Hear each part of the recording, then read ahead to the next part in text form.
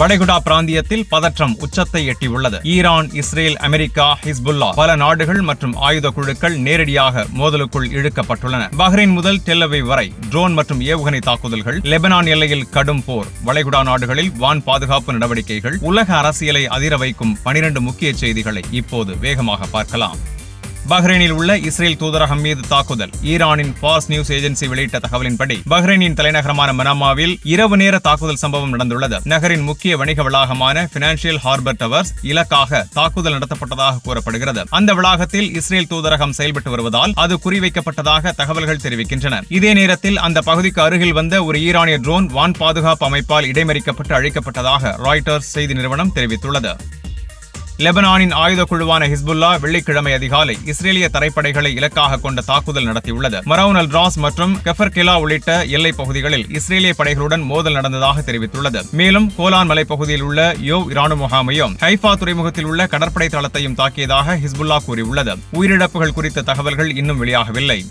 Hezbollah அமைப்பு வடக்கு இஸ்ரேலில் வசிக்கும் மக்களுக்கு கடும் எச்சரிக்கை விடுத்துள்ளது. லெபனான் எல்லையிலிருந்து 5 கிலோமீட்டர் தொலைவுக்குள் உள்ள அனைத்து குடியிருப்புகளிலும் வசிக்கும் மக்கள் உடனடியாக வெளியேற வேண்டும் என்று அறிவுறுத்தியுள்ளது. லெபனானின் இறையாண்மையை மீறி இஸ்ரேல் தாக்குதல் நடத்தி உள்கட்டமைப்புகளை அழித்துள்ளதாக ஹிஸ்புல்லா குற்றம் சாட்டியுள்ளது. இதற்கு பதிலடி தவிர்க்க முடியாது என்றும் எச்சரித்துள்ளது.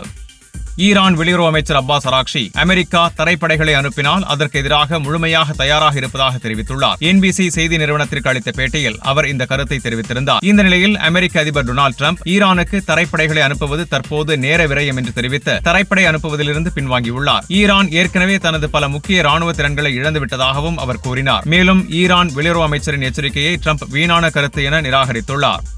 வளைகுடா நாடுகளில் வான் பாதுகாப்பு நடவடிக்கைகள் தீவிரமாகி வருகின்றன. சவுதி அரேபியா ஒரு குரூஸ் ஏவுகணையை இடைமறித்து அழித்ததாக தெரிவித்துள்ளது. அதேபோல் ரியாத் பகுதியின் கிழக்கில் 3 ட்ரோன்களும் அழிக்கப்பட்டதாக கூறப்பட்டுள்ளது. குவைத்தில் இரவு முழுவதும் வான்வழி எச்சரிக்கை சைரன்கள் ஒலித்தன. கத்தாரில் உள்ள அல் உதைத் விமான தளத்தை நோக்கி வந்த ட்ரோன் தாக்குதலும் தடுக்கப்பட்டதாக அந்நாட்டு அரசு அறிவித்துள்ளது. ஈரான் நீண்டகால போருக்கு தயாராக இருப்பதாக இஸ்லாமிய புரட்சிகர காவல்படை தெரிவித்துள்ளது. இதுவரை பயன்படுத்தப்படாத புதிய மற்றும் மேம்பட்ட ஆயுதங்களை விரைவில் பயன்படுத்த முடியும் என்றும் கூறியுள்ளது. எதிரிகள் எதிர்கால தாக்குதல்களில் கடுமையான அடிகளை எதிர்பார்க்க வேண்டும் என்றும் எச்சரித்துள்ளது. மலேசியாவின் அரசு எரிசக்தி நிறுவனமான பெட்ரோனாஸ் மத்திய கிழக்கில் அதிகரிக்கும் பதற்றம் காரணமாக UAE-யிலிருந்து சில ஊழியர்களை தற்காலிகமாக மாற்ற முடிவு செய்துள்ளது. அபுதாபி மற்றும் துபாய் நகரங்களில் பணிபுரியும் ஊழியர்கள் பாதுகாப்பு காரணங்களுக்காக இடமாற்றம் செய்யப்படுவார்கள் என்று நிறுவனம் தெரிவித்துள்ளது. ஐக்கிய அரபு எமிரேட்ஸ் தனது நாட்டில் உள்ள ஈரானின் $1 பில்லியன் மதிப்புள்ள சொத்துக்களை முடக்குவது குறித்து பரிசீலித்து வருவதாக தகவல்கள் வெளியாகியுள்ளன. ஈரான் தலைநகர் டெஹ்ரானில் இரவு முழுவதும் பல இடங்களில் சக்தி வாய்ந்த வெடிப்புகள் ஏற்பட்டதாக தகவல்கள் வெளியாகியுள்ளன. குடியிருப்பு பகுதிகளிலும் டெஹ்ரான் பல்கலைக்கழகத்திற்கு அருகிலும் இந்த வெடிப்பு சத்தங்கள் கேட்டதாக கூறப்படுகிறது. சேத விவரங்கள் குறித்து அதிகாரப்பூர்வ தகவல்கள் இன்னும் வெளியாகவில்லை. இஸ்ரேலிய போர் விமானங்கள் லெபனானின் தெற்கு மற்றும் கிழக்கு பகுதிகளில் பல நகரங்களை குண்டு வீசி தாக்கியுள்ளன. பெக்கா பள்ளத்தாக்கு மற்றும் பெய்ரூத்தின் தெற்கு புறநகர பகுதிகளில் தாக்குதலுக்கு உள்ளானதாக தகவல்கள் வெளியாகியுள்ளன. அமெரிக்க அதிபர் டொனால்டு டிரம்ப் வெளியிட்ட கருத்தில் ஈரான் தற்போது மிகப்பெரிய தாக்குதல்களை சந்தித்து வருகிறது என்று கூறினார். நாட்டின் விமானப்படை மற்றும் வான் பாதுகாப்பு அமைப்புகள் மிகவும் பாதிக்கப்பட்டுள்ளதாக அவர் தெரிவித்தார். அதேவேளை டிரம்ப் இந்த கருத்தை தெரிவித்த பிறகும் ஈரான் இஸ்ரேல் மற்றும் வளைகுடா நாடுகளை தொடர்ந்து தாக்கி வருகிறது.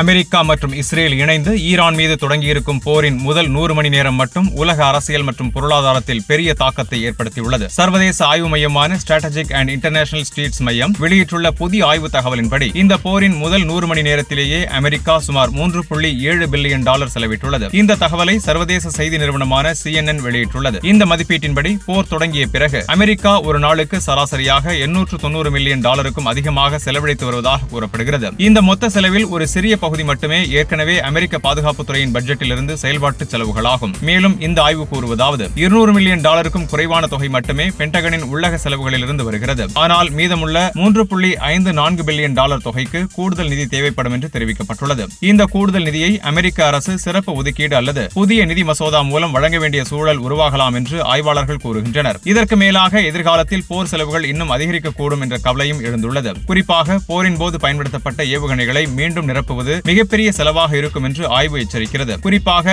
எதிரி ஏவுகணைகளை இடைமறிக்கும் இடைமறிப்பு ஏவுகணைகள் மிகவும் விலை உயர்ந்தவை என்பதால் அவற்றை மாற்றுவதற்கு பெரிய அளவில் நிதி தேவைப்படும். அமெரிக்காவும் அதன் கூட்டணி நாடுகளும் வைத்திருக்கும் ஏவுகணை பாதுகாப்பு இருப்பு குறைந்து வருவது குறித்து பாதுகாப்பு வட்டாரங்களில் ஏற்கனவே கவலை அதிகரித்து வருகிறது. இதற்கிடையில் போரில் சில உபகரண இழப்புகளும் ஏற்பட்டதாக தகவல்கள் வெளியாகியுள்ளன. குவைத்தில் நடந்த ஒரு சம்பவத்தில் 3 F-15 போர் விமானங்கள் சுட்டு வீழ்த்தப்பட்டதாக கூறப்படுகிறது. இத்தகைய இழப்புகள் ஏற்பட்டால் அவற்றை மாற்றுவது மற்றும் பராமரிப்பு செய்வது கூடுதல் செலவுகளை ஏற்படுத்தும். அச்சுறுத்தும். அதனால் போரின் மொத்த செலவு தற்போதைய மதிப்பீட்டை விட மேலும் அதிகரிக்கக்கூடும் என்று நிபுணர்கள் எச்சரிக்கின்றனர். ஆய்வாளர்கள் மேலும் கூறுவதாவது, இந்த போரின் மொத்த நிதிச்சுமை பல காரணிகளை பொறுத்து மாறக்கூடும். உதாரணமாக, எதிர்காலத்தில் அமெரிக்கா மலிவான ஏவுகணைகளை பயன்படுத்துகிறதா அல்லது தற்போதைய அளவிலான கடுமையான ராணுவ நடவடிக்கைகளை தொடர்கிறதா என்பது முக்கியம். அதேபோல் ஈரான் மேற்கொள்ளும் பதிலடி தாக்குதல்களின் அளவு மற்றும் அதன் செயல்திறன் கூட இந்த போரின் நீளம் மற்றும் செலவுகளை தீர்மானிக்கக்கூடும். இந்த மோதல் நீண்ட காலம் நீடித்தால் மொத்த செலவு பல பில்லியன் டாலர்கள் கூட அதிகரிக்க வாய்ப்புள்ளது. இந்த போரின் தாக்கம் மட்டும் ராணுவ செலவுகளிலேயே முடிவதில்லை. உலக நிதி சந்தைகளிலும் அதன் தாக்கம் தென்பட தொடங்கியுள்ளது. குறிப்பாக அமெரிக்க அரசின் ட்ரெஷரி பத்திரங்களின் விளைச்சல் விகிதம் அதிகரித்துள்ளது. 10 ஆண்டுகால அமெரிக்க ட்ரெஷரி நோட்டின் விளைச்சல் 4% கடந்துள்ளது. பின்னர் அது 4.1% வரை உயர்ந்ததாக தகவல்கள் தெரிவிக்கின்றன. இது கடந்த சில வாரங்களாக குறைந்து வந்த வட்டி நிலையை திடீரென மாற்றியுள்ளது. இந்த மாற்றம் வணிகங்களுக்கும் பொதுமக்களுக்கும் நேரடி தாக்கத்தை ஏற்படுத்தக்கூடும். ட்ரெஷரி விளைச்சல் உயர்ந்தால் வங்கிகள் வழங்கும் கடன்களின் வட்டி விகிதமும் உயரக்கூடும். குறிப்பாக வீட்டுக் கடன் வட்டி விகிதம் மீண்டும் உயரக்கூடும் என்ற அச்சமும் எழுந்துள்ளது. சில வாரங்களுக்கு முன்பு 30 ஆண்டுகால வீட்டுக் கடன் வட்டி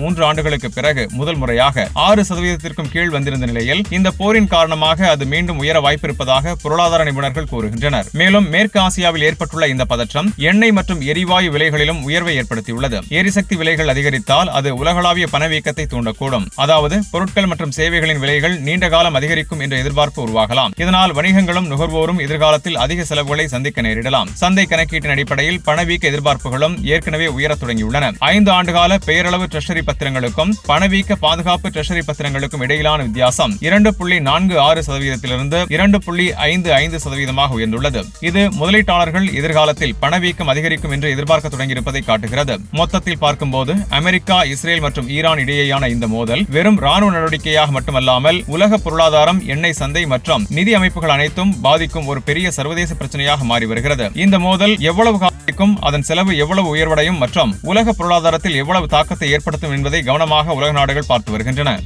ஈரானின் தெற்கு பகுதியில் உள்ள மினாப் நகரில் பெண்கள் தொடக்கப்பள்ளி மீது நடத்தப்பட்ட தாக்குதல் உலக அளவில் பெரும் அதிர்ச்சியை ஏற்படுத்தியது. சமீபத்தில் வெளியான ஒரு விசாரணை ஆய்வு இந்த பள்ளி மீது நடந்த தாக்குதல் அமெரிக்கா ஈரானின் இஸ்லாமிய புரட்சிகர காவல்படை எனப்படும் IRGC கடற்படை தளத்தை இலக்காக கொண்ட தாக்குதலின் போது ஏற்பட்டிருக்கலாம் என்று தெரிவிக்கிறது. இந்த சம்பவம் அமெரிக்கா, இஸ்ரேல் கூட்டாக ஈரான் மீது தொடங்கிய ராணுவ நடவடிக்கையின் ஆரம்ப நாளிலேயே நடந்ததாக கூறப்படுகிறது. தெற்கு ஈரானில் உள்ள ஹார்மோஸ்கான் மாகாணத்தின் மினாப் நகரில் அமைந்துள்ள ஷஜர்-ஏ தையிபா பெண்கள் தொடக்கப்பள்ளி கடந்த பிப்ரவரி 28 அன்று தாக்கப்பட்டது. அன்றைய நாள் வகுப்பு நேரமாக இருந்ததால் பள்ளி முழுவதும் மாணவர்களால் நிரம்பியிருந்தது. இந்த தாக்குதலில் மொத்தம் 165 பேர் உயிரிழந்துள்ளனர். இவர்களில் பெரும்பாலானோர் இளம் பள்ளி மாணவிகள். அதோடு அங்கு இருந்த ஆசிரியர்கள், பள்ளி ஊழியர்கள் மற்றும் சில பெற்றோர்களும் உயிரிழந்துள்ளனர். மேலும் 96 பேர் காயமடைந்துள்ளனர் என்று தகவல்கள் தெரிவிக்கின்றன. இந்த தாக்குதலில் உயிரிழந்தவர்களுக்கு மினாப் நகரில் செவ்வாய்க்கிழமை மிகுந்த துயரமான சூழலில் இறுதிச் சடங்குகள் நடைபெற்றன. நூற்றுக்கணக்கான குடும்பங்கள் தங்களது குழந்தைகளை இழந்த வேதனையில் அழுது கொண்டிருந்த நிலையில் அந்த நகரம் முழுவதும் துக்க நிலையில் இருந்ததாக கூறப்படுகிறது. இந்த சம்பவத்தை தொடர்ந்து பல்வேறு விசாரணைகள் மேற்கொள்ளப்பட்டன.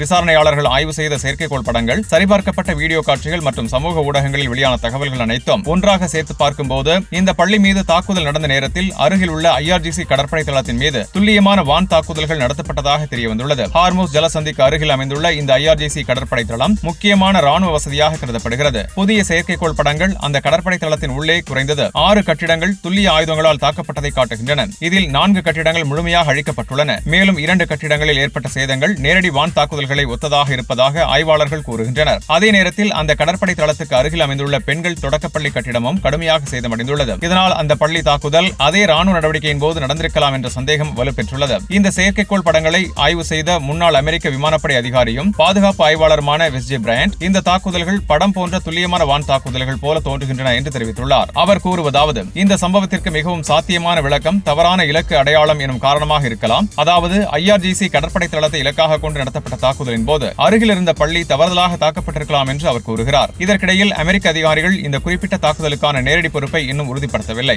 ஆனால் அந்த நேரத்தில் தெற்கு ஈரானில் அமெரிக்க ராணுவ நடவடிக்கைகள் நடைபெற்றதை அவர்கள் ஒப்புக்கொண்டுள்ளனர். ஒரு செய்தியாளர் சந்திப்பில் அமெரிக்க கூட்டு தளபதிகள் குழுவின் தலைவர் ஜெனரல் டான் கெயின் அமெரிக்க கடற்படை படைகள் ஈரானின் தெற்கு கடற்கரை பகுதியில் செயல்பட்டு வந்ததாக தெரிவித்தார். குறிப்பாக ஹார்மோஸ் ஜலசந்தி அருகே ஈரானின் கடற்படை சில தாக்குதல்கள் நடத்தப்பட்டதாக அவர் கூறினார். மறுபுறம் இஸ்ரேலிய அதிகாரிகள் மினாப் பகுதியில் அந்த நேரத்தில் தாங்கள் எந்த நடவடிக்கைகளை மேற்கொண்டதாக தெரியவில்லை தெரியவில்லை என்று கூறியுள்ளனர். தாக்குதலுக்கு பிறகு எடுக்கப்பட்ட புகைப்படங்கள் மற்றும் வீடியோக்களில் மீட்புக் குழுக்கள் பள்ளியின் இடிபாடுகளில் உயிர் பிழைத்தவர்களை தேடும் காட்சிகள் வெளியாகியுள்ளன. அதோடு நூற்றுக்கணக்கான உயிரிழந்தவர்களுக்கு இறுதிச் சடங்கு நடத்துவதற்காக பெரிய அளவில் கல்லறைகள் தோண்டப்பட்ட காட்சிகளும் வெளியாகியுள்ளன. இந்த சம்பவம் குறித்து வெள்ளை மாளிகை விசாரணை நடைபெற்று வருவதாக அறிவித்துள்ளது. இதற்கிடையில் ஆக்ஸ்போர்ட் பல்கலைக்கழகத்தின் போர் சட்டங்களில் நிபுணரான ஜானினா டில் ஒரு முக்கியமான கருத்தை முன்வைத்துள்ளார். அவரது கருத்துப்படி எந்த ராணுவ தாக்குதலையும் நடத்தும் முன் தாக்குதல்காரர்கள் தங்களது இலக்கின் தன்மையை மிக தெளிவாக சரிபார்க்க வேண்டிய சட்டப்பூர்வ கடமை கொண்டுள்ளனர். குறிப்பாக அந்த இலக்கு ராணுவ வசதியா அல்லது பொதுமக்கள் பயன்படுத்தும் இடமா என்பதை உறுதி செய்ய வேண்டும். அப்படி சரிபார்க்காமல் தாக்குதல் நடத்தி பொதுமக்கள் உயிரிழப்பை ஏற்படுத்தினால் அது சர்வதேச மனிதாபிமான சட்டத்தை மீறுவதாக கருதப்படும் என்று அவர் எச்சரித்துள்ளார். இதனால் மினா பள்ளி தாக்குதல் சம்பவம் தற்போது சர்வதேச அளவில் பெரும் விவாதத்தையும் கவலையையும் ஏற்படுத்தியுள்ளது.